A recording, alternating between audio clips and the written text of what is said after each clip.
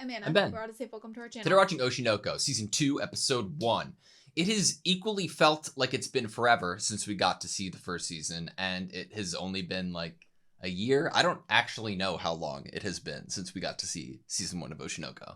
I really enjoyed Season 1, so much so that I would even be hyped for if this first episode was just a rewatch of the first concert that we got at the very end of Season 1. Like, I'd be glad to rewatch that.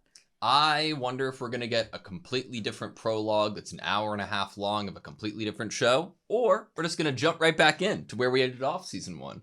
Equal odds, right? Mm-hmm. And Ready? I think really high odds that the opening and the ending for this new season are going to be amazing. They have a lot to live up to, Anna.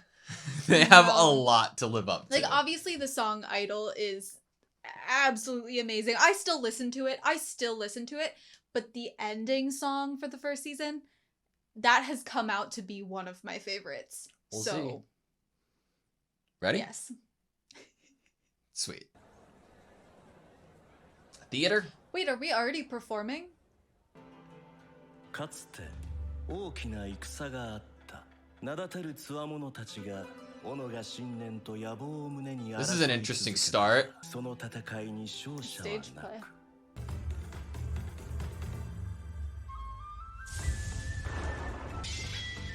く。Blade.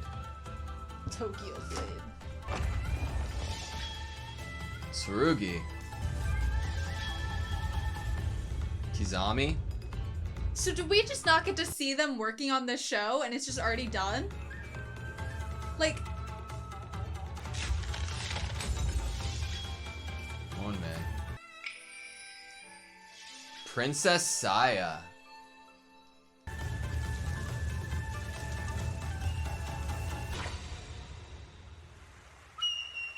You know, if I went to a show and that's how it started, I'd be happy.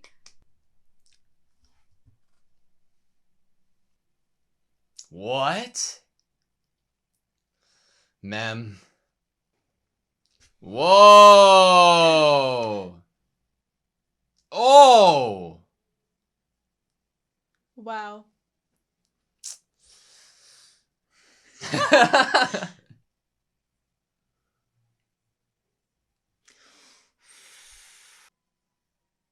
We look great, don't we?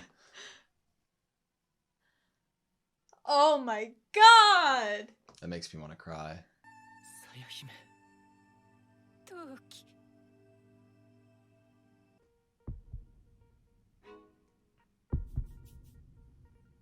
First day of rehearsals. Sakuya.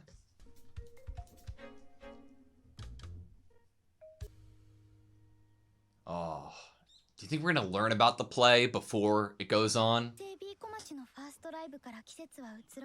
4ヶ月が経ちました。その後も私たちは何度か小さなライブを開いたり新動画を定期的にアップしたりして少しずつファンは増えています。兄ちゃんの方は口では役者にならないと言いつついろいろ仕事を増やしていて Of course. 正直何を考えてるのかよくわかりません。あ、そうそう。 Hair got longer. 今可愛い彼女がいます。本人曰く仕事だけの For work's sake.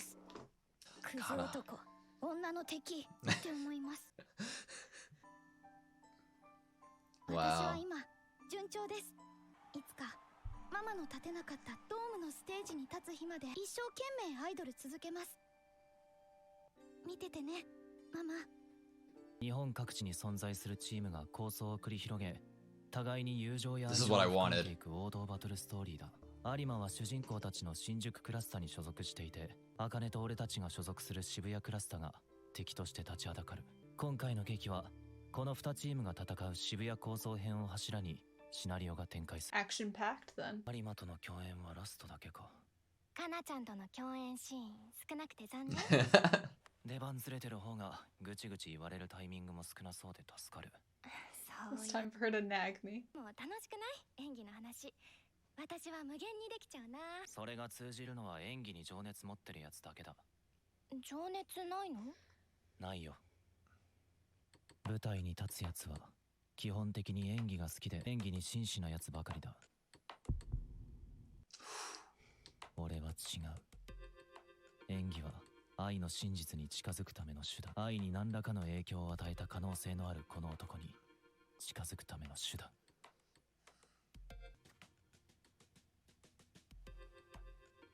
行こう。Oh, I love it. 今回下手な子いないね。ライダー。メルト君も京アマの演技見た時どうなるかと思ったけど、なかなか仕上げて Good job, Mel. カ君も舞台は初めてって聞いたけど、周りが見えててそつがない。 Leaves no room for error. よそに人を送るときは固い人選するからな。役にどっぷり入り込む没入型と周りの演技をきれいに受ける適応型、演じ方も対照的。見た感じ、あかねちゃんの方が一歩先行ってる感じ。 A step ahead. 有馬ちゃんも負けないでほしいな。この刀は田舎侍に過ぎた代物だ。 Who are you? Himikawa. Look at him. Whoa! It just brings you into the universe.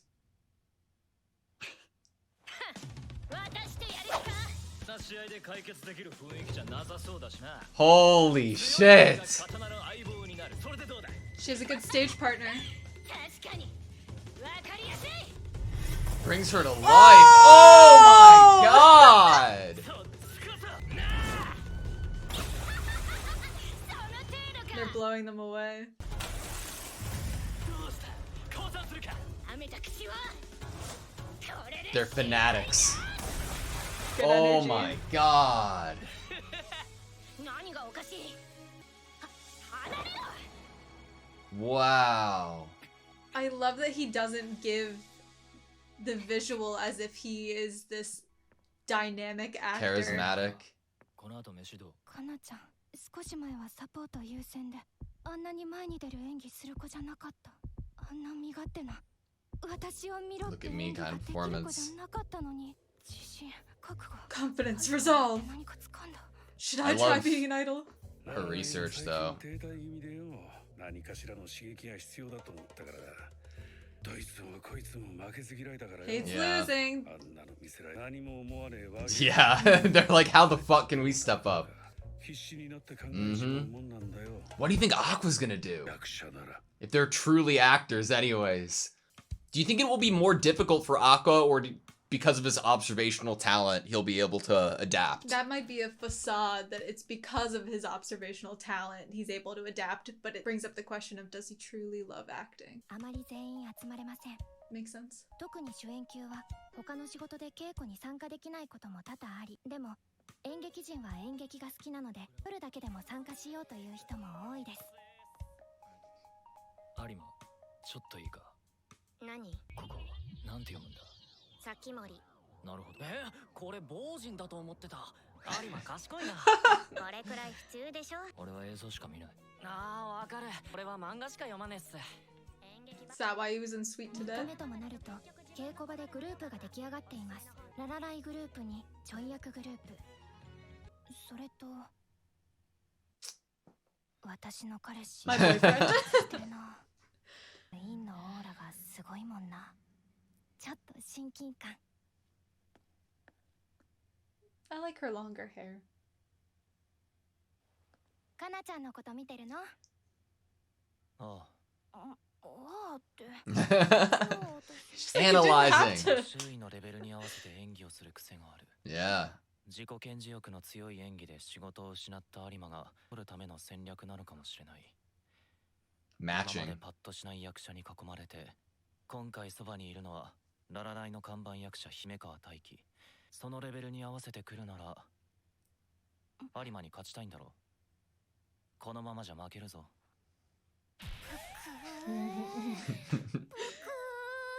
怒るなら怒れよ。 Think about why he's saying what he is. 人の心配してる場合、アクア君だってこのままじゃ。俺は最初から勝とうなんて思ってない。 Never trying to win. 才能あるやつに勝てるなんて思ってない。 Mm.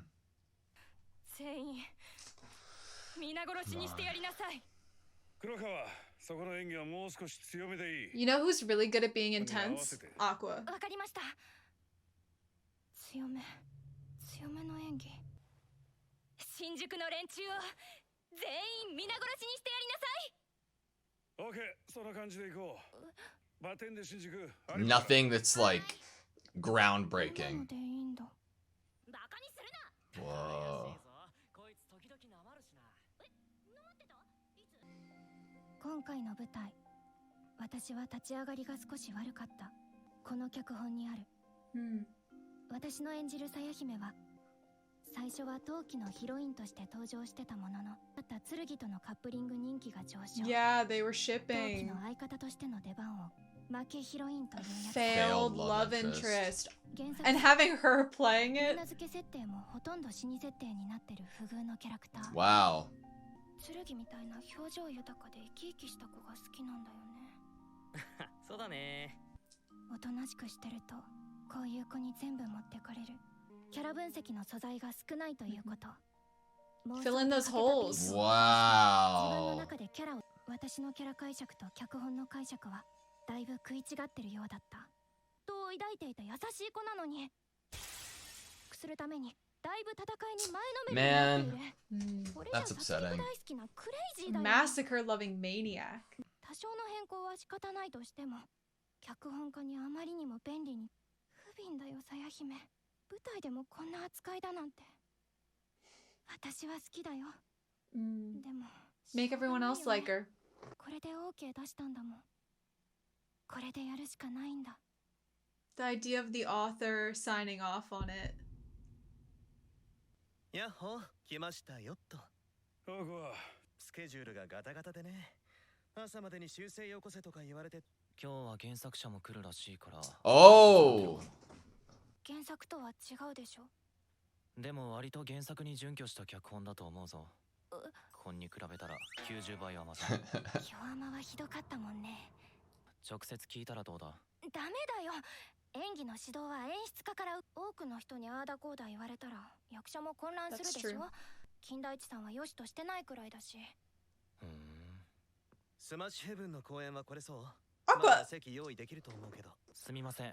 I'm scared. 黒川が脚本について質問があるみたいなのですが。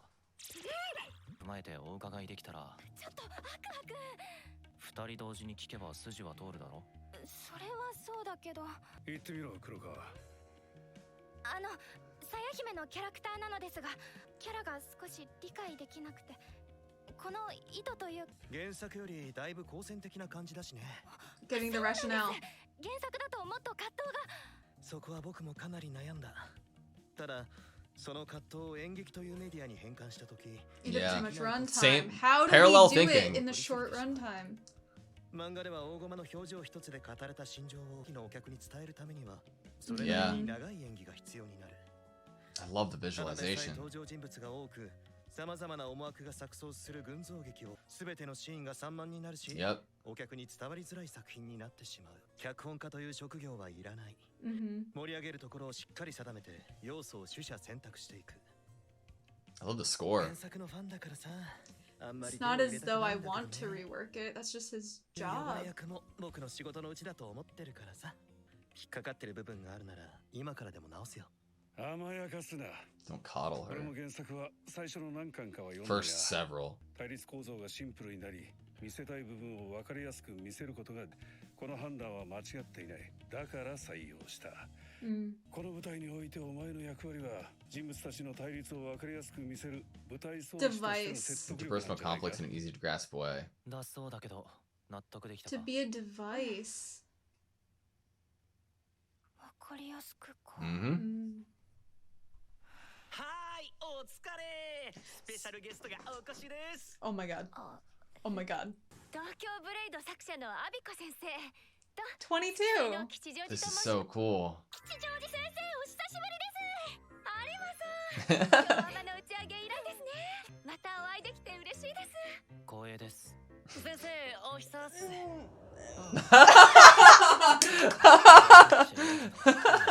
Oh, Poor that's dude. so real. めちゃくちゃしてたしな。親の敵みたいなもんだろ。 Mortal, you're her mortal enemy. Oh, I love 先 it. 生、はじめまして。ほら先生ちゃんと挨拶して。目を合わせただけでテンポる。まあ Dude, I get it. みんな演技上手。いい舞台にできると思う。ララライは一流の役者しかいませんから。たくさん練習してくれてるんですよね。舞台の時は練習じゃなくて稽古って言った方がいいですよ。何も知らなくてすごいな。 I love that the scriptwriter really appreciates them. だからこそあれですよね。私が言わなきゃ I ですよ。 simply have to say it. Oh no. 脚本って今からでも直してもらえますか？もちろんですが、どのあたりを？どのあたりっていうか The whole thing. 全部。 Oh, The voice shit! change! The voice change! The whole thing. Heavy focus on Ruby. The look on her face. Yeah. Okay, that was Oshi No Ko Season 2, Episode 1. There's no show like it. There really isn't. Truthfully, in terms of tone, structure, and it's almost... There was an episode of Jujutsu Kaisen this past season that there was a character who had an ability that was able to utilize something that has to do with the production side of animation. And within that was one of my, favorite ideas that was brought to the front of that last season. And that's because I love the production side of creation, right, of entertainment. And nothing does it on the same level or anywhere close to Oshi No Ko. And it's amazing. One of my favorite moments, just stand out right off the bat, was the visualization of the re-explanation of why things need to be cut and the two side-by-sides of Akane, like expressing in different ways with the timestamp below it, with time code. It was amazing. Breathe, Ben. Okay. Abiko. Abiko. Yes. 22 years old. I am so interested to learn more because on your first interpretation of that last scene of changing the whole thing, one could discern that the timid act was just that up until this point. Or an act before this revision. But what comes more naturally to me almost is that same gleam in the eye of feeling what you're doing to an extent of passion creatively, where it's like that one thing, that one opinion, that creative baby to you is going to drag you out of that meek shell that you're in to be able to really talk about it and get into the weeds of it. We get the age 22, which makes you start to think about the fact that most of our cast is 16, 17, and they are going hard into this industry, these jobs they want to do, these careers they want to do, these passion projects, being an idol, being an actor.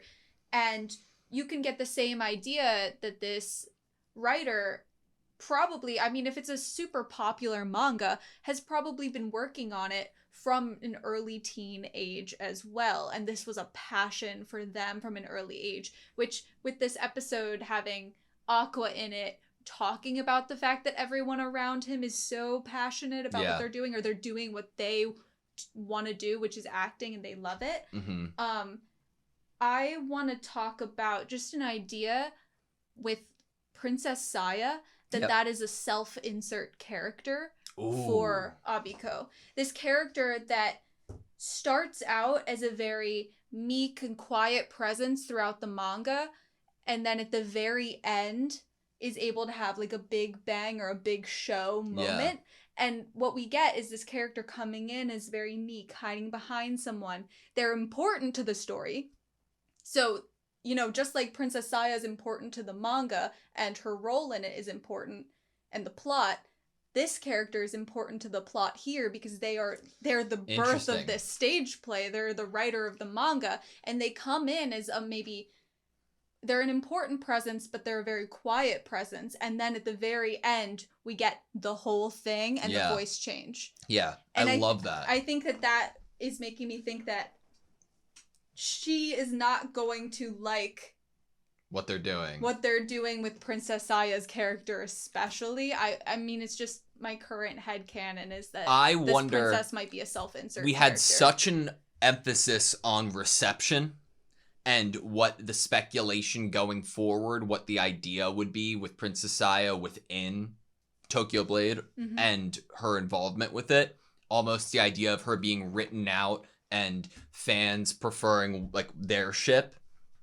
If you're an author, you can go a few different ways with that when it comes to an interpretation of a screenplay, especially if you hear that the mangaka is directly involved. The whole thing, I don't think should be lost on us, because if Abiko has an idea of what she wanted to do or what her intentions within this character and this manga was, she could rewrite the whole fucking thing to be vastly different from the manga to convey her point in a different way. Maybe. I mean, if Abiko could do that, what would be the purpose of having to hire a stage writer? I mean, they're two different industries. Writing something that it can be portrayed both with your words and your images is different than having the know-with-all of the world of stage acting, knowing how to write a script and knowing like how to create a lot of dialogue. Like in a manga, it's not just dialogue. You're able to draw things happening. You're able to write that something's happening that's not said by a character. But in a script writing, it's a total different format, and you might want to still have someone hired to do that because they know the world and they know how to write in that way. And think about what we got this episode too. Like the watered down effect, I'll call it at the moment. The idea that we have Abiko's manga Tokyo Blade being adapted into a screenplay. You need a screenwriter to be able to interpret the entire story and then rewrite it, in a sense, adjust it, if you will, to fit within this 2-hour period. Then you are giving it to a director who's going to water it down further with different intentions in the screenplay, who already have different intentions from the mangaka. And then the director's giving advice to Akane, who's then being told that your mission is to depict interpersonal conflicts in an easy to grasp way, which is like a 5th time watered down interpretation of something that might not have even been correct by the original screenwriter in the first place. And that's the whole point that Akane brings up to Aqua, which is, I don't want to go ask the opinions of multiple people because then I will be doing different things. Exactly. Each of them are going to answer my question in a different way, or want me to portray it in a different way, want me to act in a different way. And that's why Aqua's way of fixing that scenario is, let's just ask them both at the same time together and get both of their rationale. And it's interesting because like what she's keeping herself from doing that and making sure not to do a bunch of different things people are asking her, that's exactly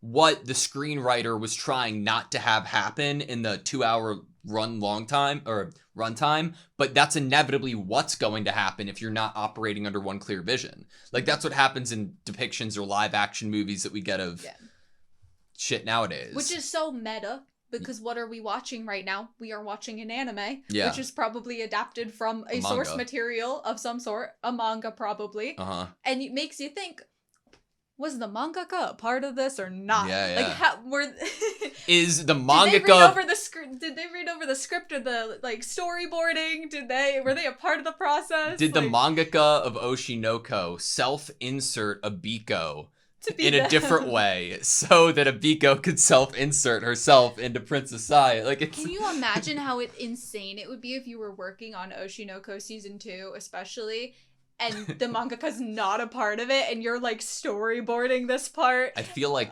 God was watching over me. You would feel like, ooh, someone like, you get that creeped feeling on your, like, you know, running across your skin, shivers, like, oh. I am really fascinated by Himikawa. I think that he's an interesting character. Obviously, like his appearance, like physically, is very like, you know, rugged, like stubble, and then he's able to turn it on a dime, and that's very captivating and charismatic. But in the same vein, what will characters like that in Kana's response be to Abiko's changes? And what would the director's response be? Because the director is going to be money, dollar signs, focusing on Himikawa and Kana, and with change comes their lack of confidence in a successful product. Right. So when we had seen at the end of the first season all of those shots of the different characters we'd probably be meeting in this next season, the character we get with the glasses, you said his name was Himikawa? I think so. I didn't write that down because I was like, as soon as he came on the screen, I'm gonna explain why I was like super immersed in that moment. As soon as he came on the screen, I did not write anything down. I was just, my head was a bazillion places, and I will explain why. At the end of the first season, we see shots of all these characters that we're probably gonna meet. We know that we don't know who Ruby and Aqua's father is. We know about the Lalai Company. When we saw him, he appeared because of the glasses and the stubble and the hair. Just in the quick moment we saw him, my first theory was dad. You know? Yeah. Like, if that he was probably 30 something or older, you know? I was not getting 19. And then as soon as his age popped up on the screen and it said 19, I was like, oh, can't be dad. Nope. Okay, scratch that theory.